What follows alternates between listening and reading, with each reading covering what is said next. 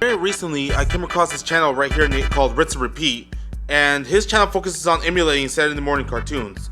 We all remember waking up in the morning as kids to watch these particular shows, and we all have fond memories of them. So I've taken the liberty of choosing one of these episodes at complete random and react to them as we go along. I'm also going to include the commercials because they were also there when we woke up every Saturday morning, and I believe that they are nostalgic too. In the end, I shall review them and give them my thoughts. Now, let's see what we have today. There's a warm tropical island in a blue sparkling sea. It looks like we're looking at a show that's completely new to me. It's called Around the World in 80 Dreams. I know nothing about the show. It probably came out in the 80s. And one thing that caught my attention is the name at the very top, Saban. Saban, you all know as the creator of the American version of the Power Rangers. And it's surprising to see his name on here, considering that I don't know him for any other work. So, I think this is going to be very, very interesting. A perfect life it would be, but you'll have to see for yourself the places they roam. This looks like the cast of the main series. I see 2 boys, a girl, and a... oh boy.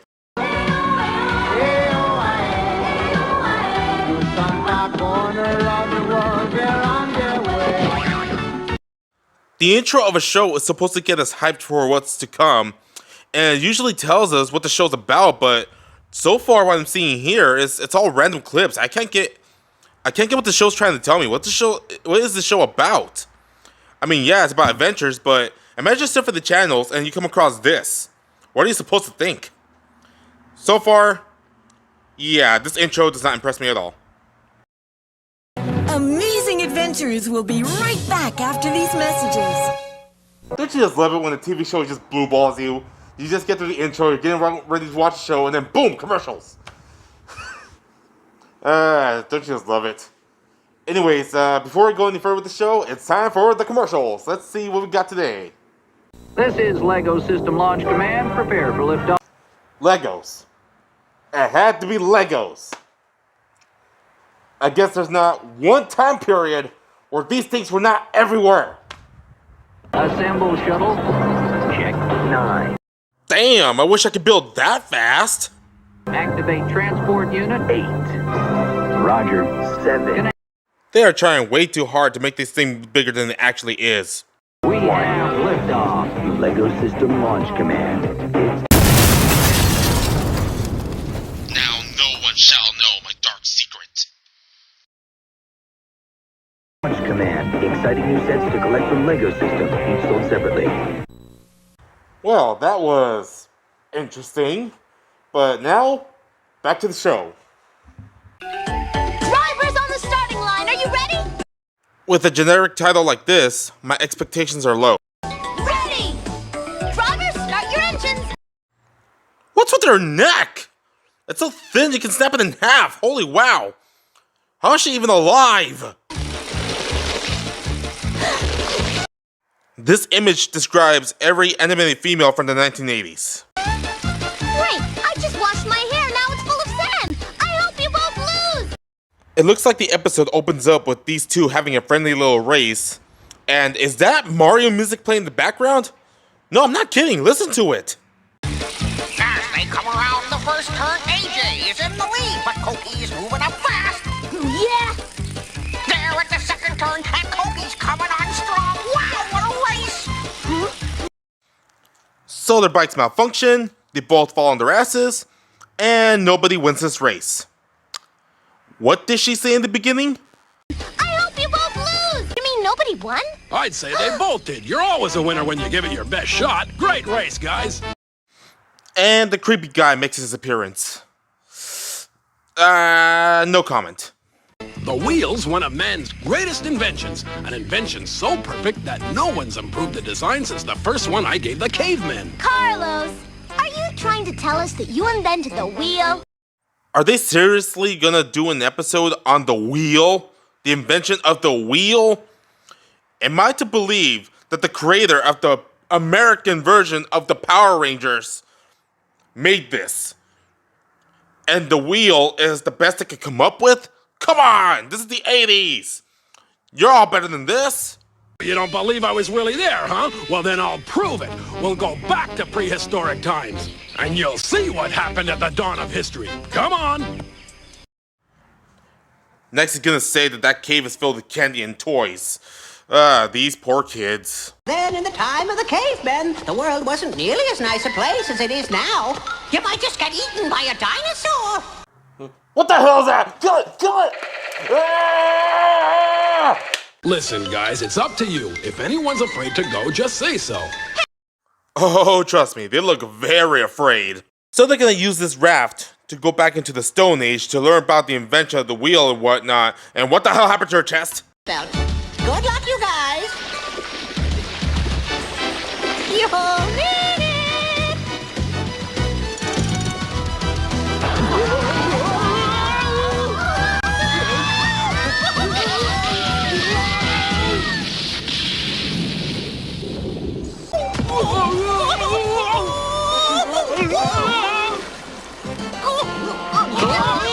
Gosh, we're really here. Just imagine, no cars, no telephones, no pizza. A nightmare for anybody born in the year 2000 onwards. This scene drags on, so let me give you the recap. So this dinosaur shows up with those creepy looking eyes. They run away because they're scared. Stupid boy tries to fight it. Gets thrown into the water, but it turns out the dinosaur is friendly. So, there. I just saved you like a whole 2 minutes of nothingness.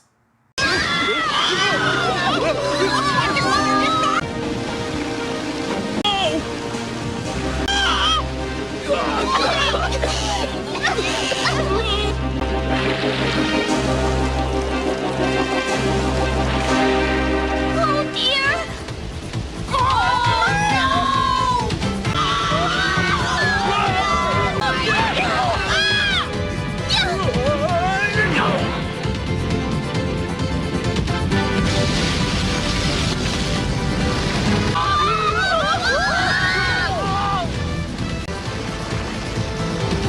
Come on, let's go! We're right behind you. You see what I did there? I had to cut out so much filler because that scene just dragged on. You know, I'm all about building suspense, but believe me, if you sat through that whole scene, you would have felt the same way I did, okay? It just, oh my god. Look, there's building suspense, and then there's just dragging things on, okay? All the good shows didn't do that, even during this time period, okay? So, what happens next?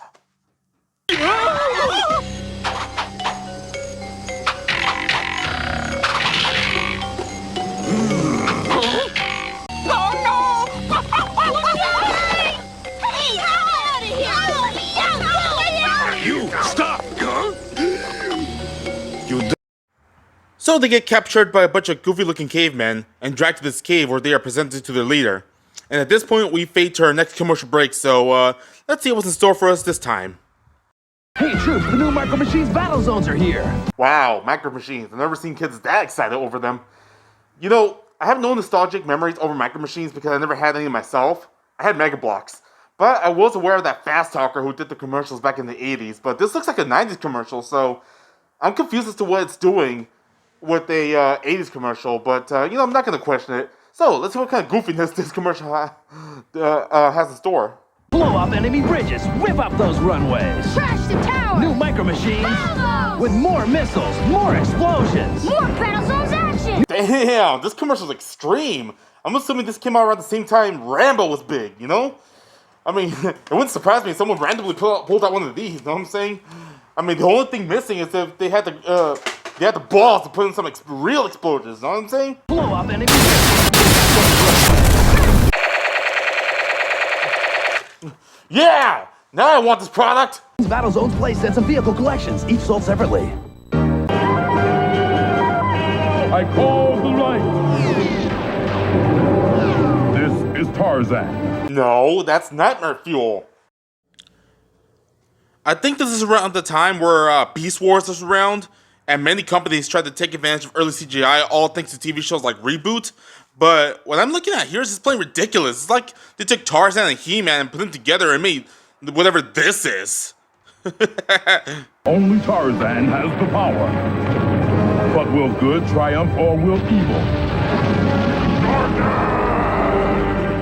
So much goes on in this commercial. I'm assuming they thought that kids at the time were so stupid that they had short attention spasms, so they had to do all this crazy, fast-paced stuff going on. Maybe that's how they played back then. That's not how I played, though. But overall, this commercial, just plain craziness, really. Tarzan, Lord of the Jungle, with awesome adventure disc. And now we return to more amazing adventures. It's very strange. How can it look like bird and speak like man? He's a special kind of bird, a rare breed that's hard to find. Nobody cares. More of this filler shit. Okay. Let me fill you in so we can avoid all this filler. So, apparently they got kidnapped because this is big bad one that they keep talking about that must be fed, that must be offered tributes in order to keep us satisfied. And at that moment, this big Chungus shows up that looks a lot like that one caveman from Conker's Bad Fur Day. Need many to satisfy Big Bad One now. Get them! Considering the kind of pacing this show goes for, it triggers another one of these filler sequences that's just a bunch of, stuff going around. It depicts the caveman being complete dumbasses and constantly being outsmarted by these kids. And, it just reminds me a lot of that whole Scooby-Doo stuff that happened years before, I'm talking about the whole chasing montage scenes that you see in those Scooby-Doo episodes. That's what this reminds me of, And that's all I'm getting off of this. This adds nothing to the story whatsoever. And is that Kitty Kong? Help me, Daddy, help me! Don't let Batman take me! Okay, I'm starting to get a pretty bad vibe with the show. Ever since from the start, it's been setting me up, okay? Let's just say that whoever made this should be on the list, okay? So, I really hope the show backs off because, a certain group is gonna come busting down my door and,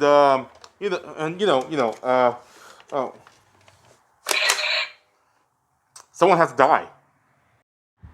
So the child was kidnapped in order to feed this big bad one, and it's immediately explained that this big bad one is a big-ass dinosaur. And I'm assuming it's going to be a T-Rex. I mean, when you think of big bad dinosaurs, a T-Rex is the first thing that comes to mind. At least that's what's going through my mind.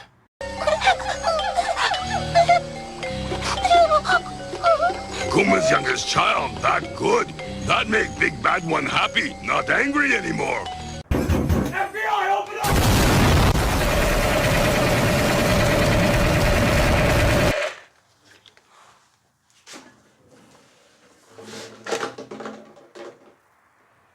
What the fuck did I tell you? I really don't understand, Carlos. Why are you making a wheel? How is that gonna help save Kumela? We're near the end of the episode. They're bringing up the wheel now? At this point? We completely forgot about it. Which means the whole mention of it from the start was totally, utterly pointless. God damn, what is up with the show?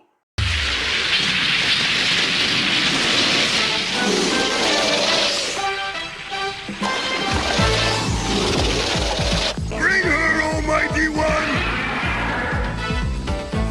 You see, Big Bad One? Funky promise! Wow, this is terrific! Not to mention that this is mankind's first look at the wheel! Nobody cares. So he comes in to save the child, and he brings her back to her father. We get this very touching reunion before the caveman return and proceed to toss his big fat ass across the forest. And what happens next? He randomly turns into a bull.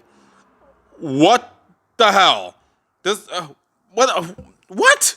Just what? None of this is making any sense to me. Come on.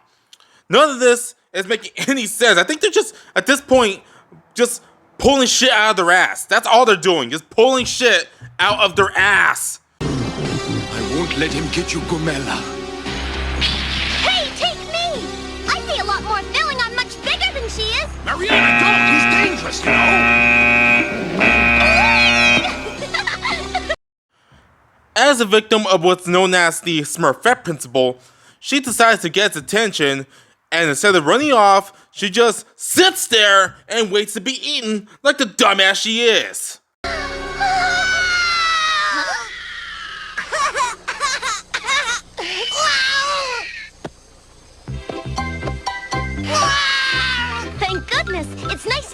too, little fella. As if there wasn't enough assholes around here, it turns out that this baby dinosaur happens to be the child of the big bad ones, they call it. And that's all it takes. Yep, he just shows up and it's all over. That's it. How you get bad one to leave like that? I didn't. Huh? We all did by working together. It's a new invention called teamwork, and it's even more important than the wheel. Bullshit! Nothing in this episode implied anything about so-called teamwork. And the so-called wheel was just nothing more than a plot device that appears only once. What the hell? Were the writers getting lazy? I feel like they are. My god. It's like they didn't know how to end this episode, so they just threw shit at the wall, see what stuck, and just threw in whatever didn't stick in it anyways. And thank god, it's all over. Yep, the episode ends right here. The episode just ends. Yep, it just ends. And I am so relieved. So to continue the Saturday morning tradition, I'm going to do one more commercial segment. These usually happen before and after the credits, just so they can give you more ads. Infuriating? Yes. But it gives more to talk about, so let's see what we got. When you got Play-Doh, anything goes. Ah, Play-Doh. Now this is something I can relate to. I remember when I was a child and I used to play with that a lot. I was terrible of an artist. I mean, I consider myself creative, and I just could not get them to come out right. It frustrated me. All I left was a big-ass mess that my parents really, really hated me for. And it got worse when it dried up, and it just became impossible to use, and I cried and cried.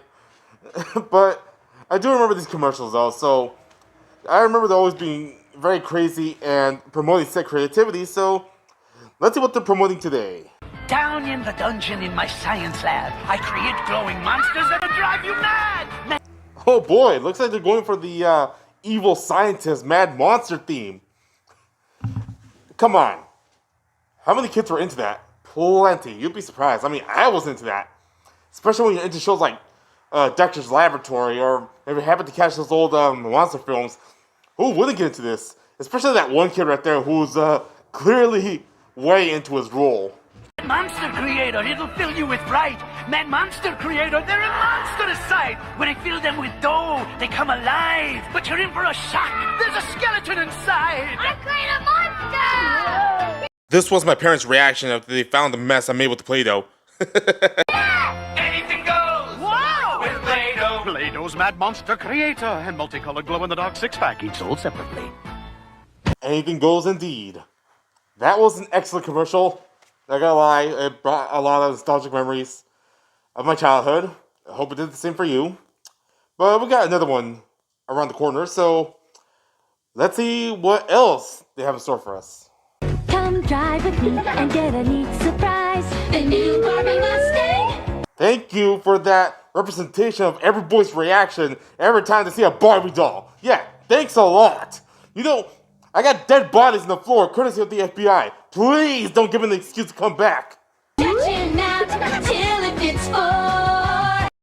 That sound effect isn't helping. With so much room for so much fun, our good times have just begun. These Barbies are messing with me now. They know what they're doing. They freaking know. Barbie Mustang, bringing everyone along. Believe me when I say that this car was not intended for Barbie. It was actually intended for a man who's trying to compensate for something. And trust me, those sound effects do not help the situation, okay? So, I think we should cancel this car right away. The Barbie Mustang. You can stretch it from 2 seats to 4 to carry more friends. Dolls and other play pieces not included. Finally, baby, it is ours. Don't you know what that means? A creation of my very own, made from my stinky sweat socks. He's gone mad. No, Ren. Yes, yes. There was a time where Nickelodeon and other companies sold out their characters in order to promote sweets. There was a lot of controversy behind this, actually, because many people have been saying that these characters should instead be used to promote healthier snacks, such as vegetables or carrots, you know? So, seeing these characters do these wacky things over candy like this, it's actually a lot of fun to watch.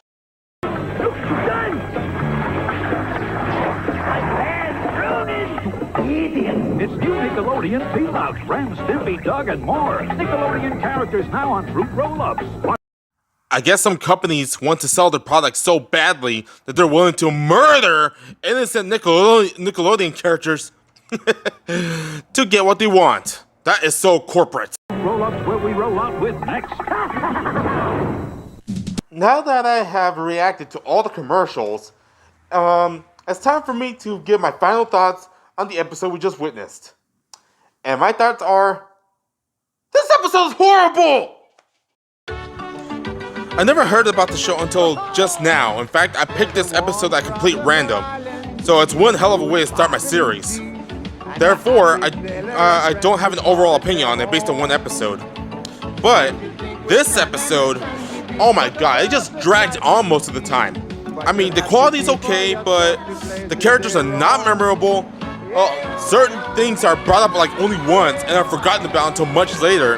The episode didn't know how to end, so they just threw in whatever they thought of. And there was just so much filler that dragged things on. They clearly wanted to fill a 22-minute time slot, so they just threw in all the stuff that wasn't really necessary. And so, my overall opinion, I don't know if the show is good or not. If there's someone out there who grew up with this, maybe you can tell me if it is. But this episode just left a really, really bad impression for me. If you want to check this out, go ahead. But this is not the episode to start with.